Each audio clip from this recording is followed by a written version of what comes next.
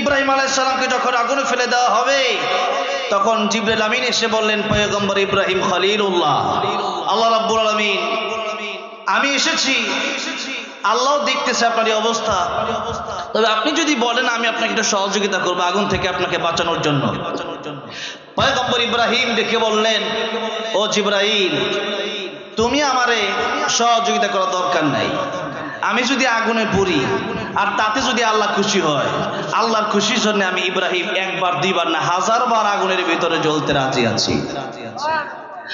আগুনের ভিতরে ফেলে দেওয়ার পূর্বে আল্লাহ রাব্বুল আলামিন আগুনকে ঘোষণা দিলেন, ইয়া নারু কুনি বারদান ওয়া সালামান আলা ইব্রাহিম। আমার ইব্রাহিমের জন্য তুমি আরামদায়ক ঠান্ডা হয়ে যাও। বারদান ওয়া সালামান, বারদান মানে ঠান্ডা, সালামান মানে শান্তিদায়ক ঠান্ডা হয়ে যাও। আমার ইব্রাহিম যেন তুমি এমন ঠান্ডা হবে না যে ঠান্ডা হলে পরে আমার ইব্রাহিম আগুনের ভিতরে কষ্ট পাবে।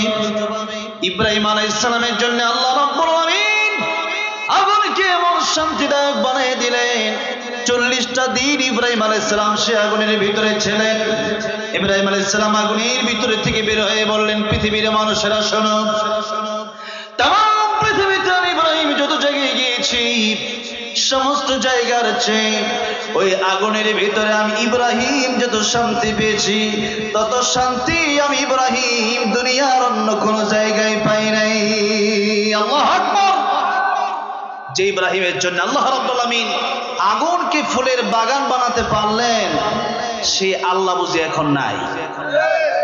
আল্লাহর শক্তি বুঝি একটু কমে গেছে, একটু দুর্বল হয়ে গেছে আল্লাহ।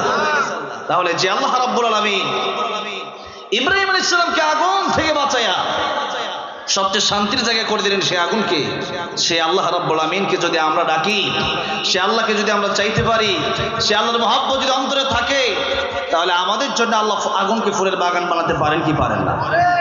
পারেন, কিন্তু আমাদের সেই ঈমান নাই, আমরা সেভাবে আল্লাহকে ডাকতে পারি না। হালালে হারামে মিক্স, যার কারণে আমরা ডাকার মতো আল্লাহকে ডাকতে পারি না। আল্লাহ দেওয়ার জন্য রেডি, আল্লাহ দেওয়ার জন্য। রাত যখন গভীর হয়ে যায়, আল্লাহ রাব্বুল আলামিন